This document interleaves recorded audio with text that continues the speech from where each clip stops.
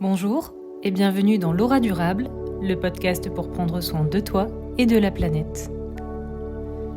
Cap sur les actions faciles à mettre en place à la maison, pièce par pièce. Et on commence cette semaine par la pièce que je juge la plus impactante. Je parle bien évidemment de la cuisine.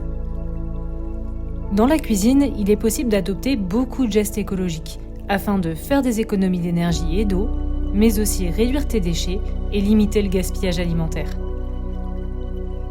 Alors aujourd'hui, focus sur les économies d'énergie et d'eau.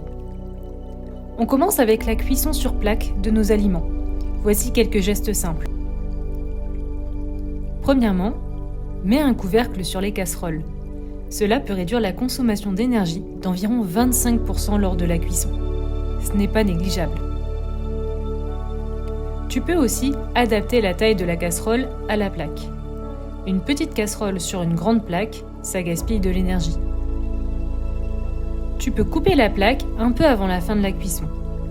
La chaleur résiduelle termine souvent la cuisson. N'hésite pas aussi à cuire les aliments avec moins d'eau, par exemple pour les pâtes ou les légumes. Moins de volume à chauffer, c'est moins d'énergie et moins d'eau gaspillée. Tu peux aussi découper les aliments en morceaux plus petits. Ils cuiront plus vite. Enfin, privilégie un autocuiseur ou une cocotte minute. Ça peut réduire la consommation d'énergie de 50 à 70% pour certaines préparations.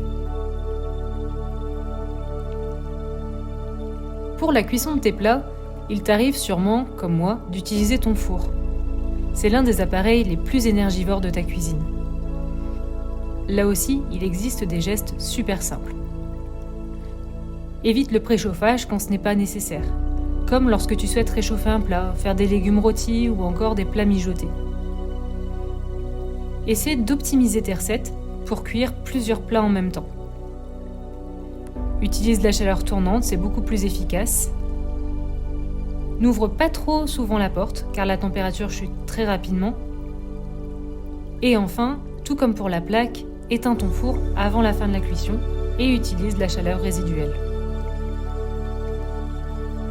Dans la cuisine, il y a aussi tous les électroménagers froids, ton réfrigérateur et ton congélateur, qui bien sûr doivent être allumés 24 heures sur 24 et pour lesquels, du coup, chaque réglage compte.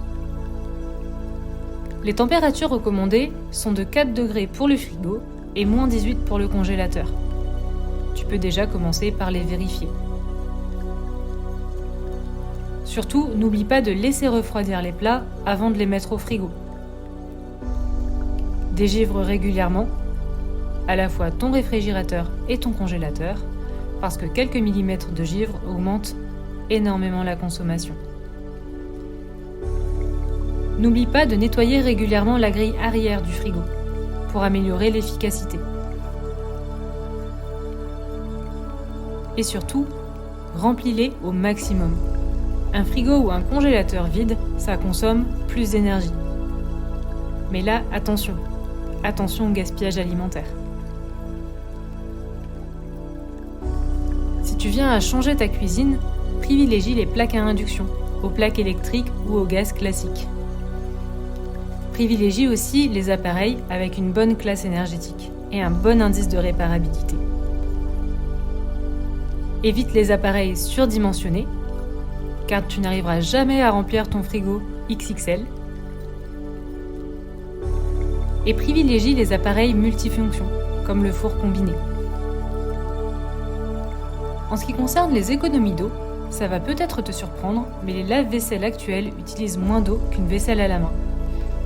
Au niveau énergétique, le lave-vaisselle plein en mode éco est plus efficace, alors n'hésite pas à t'en servir régulièrement. Pour chauffer l'eau, il est préférable d'utiliser une bouilloire que de chauffer l'eau sur les plaques. Dans la cuisine, les économies d'énergie viennent surtout des petits gestes répétés tous les jours. Individuellement, l'impact est modeste, certes, mais sur une année, ça peut représenter une réelle différence sur la facture et sur l'empreinte énergétique. Alors j'espère que tous ces conseils te sont utiles.